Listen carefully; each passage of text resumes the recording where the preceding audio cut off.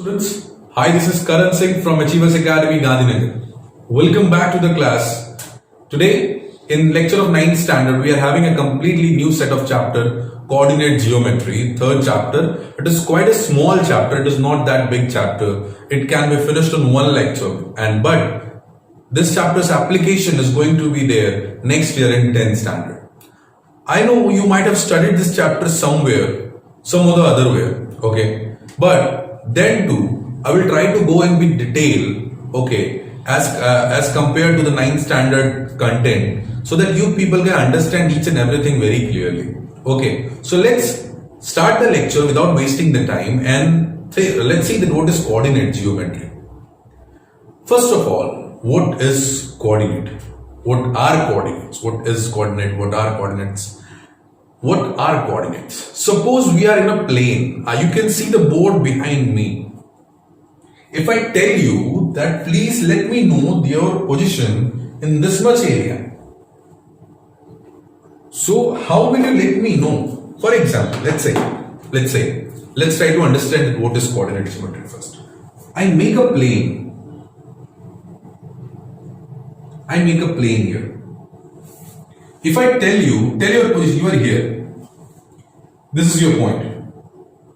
So if I tell you that what is your position in this plane, so how will you inform me? Here you are not having like आप अभी बोल सकते हो कि ये रहा गांधी मंदिर है, गांधीनगर है, या मैं सेक्टर 1 में हूँ, सेक्टर 1 से स्टार्ट करूंगा, सेक्टर 1 में हूँ, सेक्टर 1 से 1 किलोमीटर दूर हूँ, ऐसा तो बोल नहीं सकते, because here we are having a plane. Same situation कहां पे होती है? जब कोई प्लेन एयर में होता है. सेम जब शिप्स सेल करती हैं तब भी ये चीजें होती हैं. कोई बहुत बड़ा ग्राउंड, वहां भी सेम सिचुएशन ऐसा हो सकता है. तो उस केस में आप किस तरह से अपना पोजीशन बताओगे? आप पोजीशन कैसे बताओगे? अपने ये और ये पॉइंट से आपका डिस्टेंस के हिसाब से, कि मैं यहां से इतने दूर हूं और यहां से इतने दूर हूं. ओके, तो जो ये पॉइंट होगा उसकी वैल्यू को, उस पॉइंट की वैल्यू को आप क्या कहोगे? कोऑर्डिनेट्स. क्या कहोगे? कोऑर्डिनेट्स. Okay, clear? अब हम जिसकी बात कर रहे हैं 2D फिगर है. 2D फिगर मतलब दो कोऑर्डिनेट्स, दो एक्सिस होती है. 2D फिगर में दो एक्सिस होते हैं, x and y. In 2D figure we are having two axes, x and y. And 3D होगा तो Z भी होगा. इस तरह से एंगुलर बनेगा. ओके, तीन होंगे perpendicular to each other, x, y, z. पर 3D में क्या होता है? हाइट भी होती है. ओके, मतलब यही बोर्ड है. आप बोर्ड का लेंथ और ब्रेथ है, अगर हाइट भी आ जाए तो 3D बन जाएगा. तो हम अभी 2D इमेज की बात कर रहे हैं, 2D पॉइंट्स की बात कर रहे हैं. तो ये कोऑर्डिनेट जियोमेट्री है हमारा. Okay, this is coordinate geometry. Fine. So in this coordinate geometry you are having coordinates. coordinates आपके क्या है? ये पॉइंट, जिस पॉइंट की वैल्यू को हम क्या कहते हैं? कोऑर्डिनेट्स होते हैं. तो थोड़ा डिटेल में देखते हैं किस तरह से होते हैं. पहले मैं समझ लेते हैं जितने भी दिमाग में चीजें हैं ना, क्लियर करने के लिए कि कोऑर्डिनेट होता क्या है, पहले वो क्लियर करते हैं. एक्सरसाइज वगैरह तो बड़ी सिंपल सी है. आपको ये समझ में आ गया ना तो आप आराम से एक्सरसाइज वगैरह आराम से कर लेंगे. ओके, इतना क्लियर है कोऑर्डिनेट्स. अब मैं इसको इरेज करके एक ग्राफिकल सिस्टम बनाता हूं. अब समझ लो, मुझे ये मेरा ग्राफ, और जिस प्लेन में आप इस ग्राफ को बनाते हैं उसको हम कौन सा प्लेन कहते हैं? Cartesian plane. We call it as Cartesian plane. Graph जिस प्लेन में प्लॉट किया जाता है उस प्लेन को हम क्या कहते हैं? Cartesian plane. याद रखना, वन वर्ड क्वेश्चंस आते हैं या एमसीक्यू आता है तो ये चीजें पूछी जाती हैं. तो कार्टेशियन प्लेन कहा जाता है. ओके, तो ये कोऑर्डिनेट आपका 0, यहां से शुरू होता है 0 वैल्यू. ओके, अब मैं इसके रीडिंग्स दे दूं 1, 2, 3, 4. आपको पता है हम जब भी राइट हैंड साइड जाते हैं ग्राफ में, ध्यान से देखना, मैं हर एक डिटेल ग्राफ में बताऊंगा, हर एक डिटेल बताऊंगा ताकि आपको ग्राफ प्लॉटिंग में भी किसी को दिक्कत हो तो वो भी सीख सकता है कि ग्राफ प्लॉटिंग कैसे होती है. तो ये आपका कार्टेशियन प्लेन है. जिस प्लेन में हम काम कर रहे हैं इसको हम कार्टेशियन प्लेन कहते हैं. अब ग्राफ में आप जब भी राइट हैंड साइड जाते हैं तो 0, 1, 2, 3, 4 पॉजिटिव होता है. ग्राफ में जब भी आप अप साइड जाते हैं तो भी इन दैट सिनेरियो ऑल्सो जो कोऑर्डिनेट्स होते हैं, मतलब जो वैल्यूज होती हैं, वो पॉजिटिव होती हैं। जब लेफ्ट साइड आएंगे तो ये क्या हो जाएगा आपका नेगेटिव, ओके। और नीचे आएंगे तो भी -1, -2, -3, -4। तो ये आपका कोऑर्डिनेट सिस्टम होता है ग्राफ। कभी भी ग्राफ रिप्रेजेंट करोगे इस तरह से, तो ये आपको रिप्रेजेंट करना है। आपने 8th स्टैंडर्ड में रिप्रेजेंटेशन किया होगा, तो उसमें आप लोग इस तरह से कॉर्नर वाला ग्राफ बनाते हैं, ओके। बट आप ये इसको क्वाड्रेंट सिस्टम भी कहते हैं। हम बात करें क्वाड्रेंट्स क्या होते हैं, ओके। तो ये आपका कार्टेशियन प्लेन था। इस प्लेन में आपने एक ग्राफ बनाया, जिसको हम क्या कहते हैं, एक्सिस। क्या कहते हैं, एक्सिस। याद रखना है इसको, इन चीजों को जो हम एक्स वाई है, इनको हम क्या कहते हैं, तो बनाया हमने इसको क्या बनाया, एक्सिस, ओके। और इस प्लेन को हम कौन सा प्लेन कहते हैं, कार्टेशियन प्लेन। क्या कहते हैं, कार्टेशियन प्लेन। ध्यान रखना है, लिखना है नोट्स में कुछ। इस प्लेन को हम कौन सा प्लेन कहते हैं, कार्टेशियन प्लेन, ओके। और ये जो हमारे बनाया हमने एक्स वाई, इसको हम क्या कहते हैं, हमारा एक्सिस। अब मान के चलो मुझे एक पॉइंट यहां पे दे दिया गया, लेट्स से ये पॉइंट है मेरा, ओके। ये मेरा पॉइंट है। इस पॉइंट को मेजर करता हूं, ओके। इस पॉइंट को मेजर करने जाता हूं अगर इस कोऑर्डिनेट की वैल्यू निकालने के लिए, तो दो वैल्यूज मिलेंगी, एक एक्स से डिस्टेंस और एक वाई से डिस्टेंस। कौन सी वैल्यूज मिलेंगी, एक एक्स से डिस्टेंस और एक वाई से डिस्टेंस। तो अगर एक्स से डिस्टेंस, अब इसको लिखते कैसे हैं वो बता दूं पहले मैं आपको। सबसे पहले ये ध्यान देना, मैं यहां लिख रहा हूं सिंबॉलिक फॉर्म में। सबसे पहले वैल्यू लिखी जाती है हमेशा एक्स की, और दूसरी वैल्यू लिखी जाती है वाई की। सबसे पहली वैल्यू किसकी लिखी जाती है, एक्स की, फिर वैल्यू किसकी लिखी जाती है, वाई की। एक्स की वैल्यू को, एक्स के कोऑर्डिनेट को हम कहते हैं एब्सिसा। क्या कहते हैं, एब्सिसा। एक्स के कोऑर्डिनेट को हम एब्सिसा कहते हैं, ठीक है। और वाई की वैल्यू को ऑर्डिनेट कहते हैं। अगर आपको कहीं पे ऐसा लिखा हुआ दिखे तो कंफ्यूज नहीं होना है। कोई आपको बोला what is abscissa, that is the value of the coordinate of x axis. X axis पे जो कोऑर्डिनेट की वैल्यू है उसको हम क्या कहते हैं, एक्स की वैल्यूज को हम क्या कहते हैं, एब्सिसा। एंड वाई की वैल्यूज को क्या कहते हैं, ऑर्डिनेट। क्लियर, इतना समझ आया, अंडरस्टूड।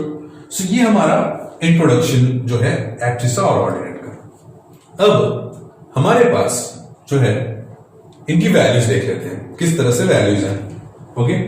सो जो ये वैल्यूज हैं, हम इन वैल्यूज को लिखते हैं, ठीक है।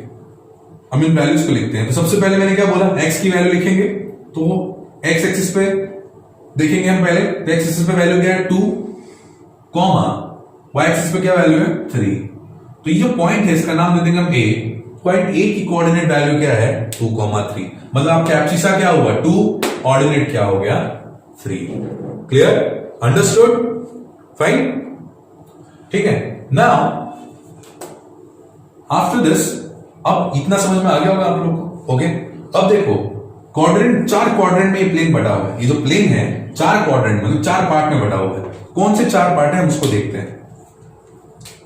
ये हमारा फर्स्ट पार्ट है, ये हमारा सेकंड पार्ट, ये हमारा थर्ड पार्ट, ये हमारा फोर्थ पार्ट, ओके। तो ये 4 पार्ट में हमारा क्वाड्रेंट बटा हुआ है, okay. The quadrant is divided into 4 parts.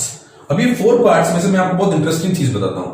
देखिए आपने अगर ऑब्जर्व करेंगे तो आप यहां पे देखिए तो एक्स की वैल्यू सारी पॉजिटिव है, वाई की वैल्यू भी सारी पॉजिटिव है। तो इस क्वाड्रेंट में दोनों एक्स वाई दोनों क्या होंगे, पॉजिटिव। इस क्वाड्रेंट में, इन दिस क्वाड्रेंट, एक्स की वैल्यू क्या है नेगेटिव, वाई की वैल्यू क्या है पॉजिटिव। तो एक्स नेगेटिव, वाई पॉजिटिव होगा, ठीक है। देन थर्ड क्वाड्रेंट में एक्स क्या होगा नेगेटिव, वाई क्या होगा negative, okay. And fourth quadrant में एक्स की वैल्यू पॉजिटिव, वाई की वैल्यू नेगेटिव, तो पॉजिटिव नेगेटिव। ये सिर्फ अंडरस्टैंडिंग की बात होती है कि कभी कभी आपको ऐसा गिवन हो। चलो एक एग्जांपल लेके बताता हूं कहां काम आएगा ये।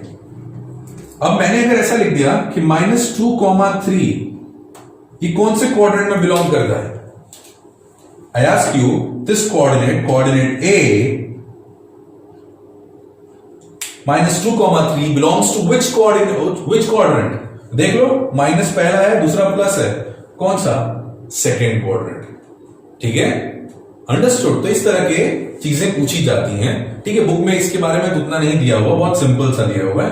तो इस तरह से हम इसको कोऑर्डिनेट को बता सकते हैं, कौन से कोऑर्डिनेट में ये है। Okay, clear? इतना समझ आया? फाइन। अब हमारे पास जो हमने देखा कि किस तरह से ये कोऑर्डिनेट की वैल्यू लिखी हमने, कौन से कोऑर्डिनेट को हम क्या कहते हैं, और ए जो कोऑर्डिनेट है, ये ए जो कोऑर्डिनेट आपका कौन से में है। अब मान के चलो एग्जाम में ऐसा गिवन है, इतना समझ में आया आपको?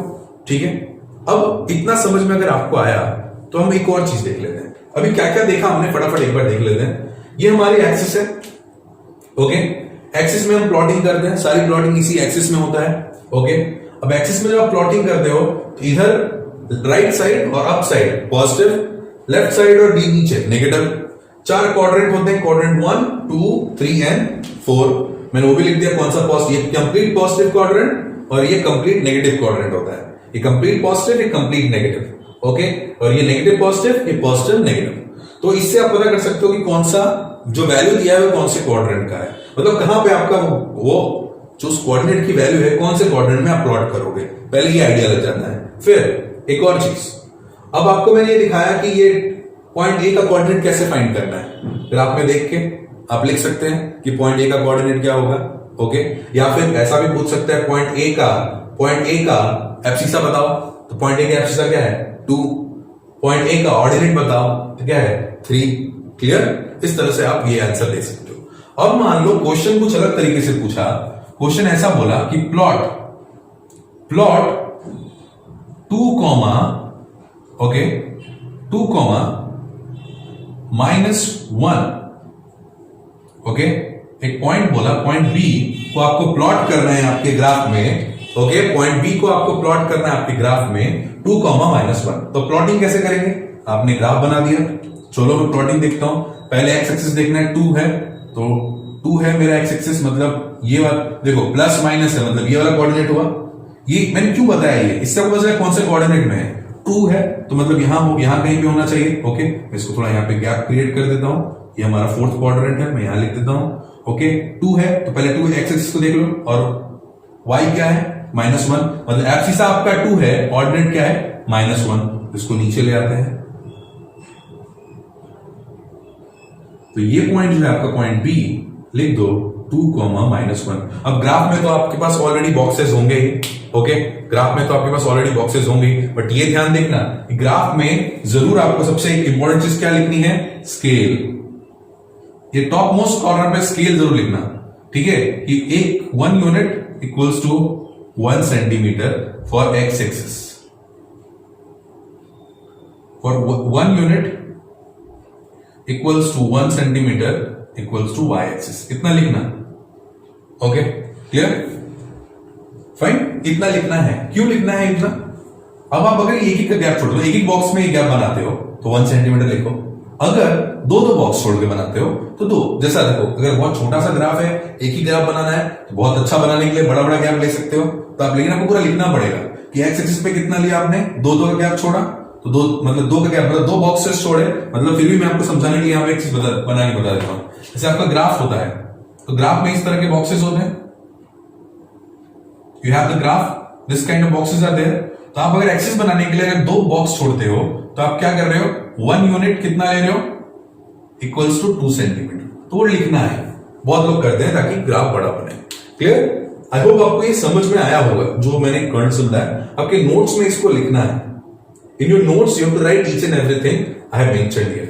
ओके, आई होप आपको समझ में आया होगा। फिर भी कोई डाउट हो तो प्लीज कमेंट कीजिए कमेंट सेक्शन में, और नेक्स्ट लेक्चर में हम इसके एक्सरसाइज के क्वेश्चंस थोड़ा डिस्कस करने की कोशिश करेंगे। Will try to discuss the exercise question. Okay, हमारा नेक्स्ट लेक्चर में, और बहुत इजी है, आराम से हो जाएगा। ठीक है, तो मिलते हैं नेक्स्ट लेक्चर में। Till then, if you stay at home, be safe, thank you and have a nice day.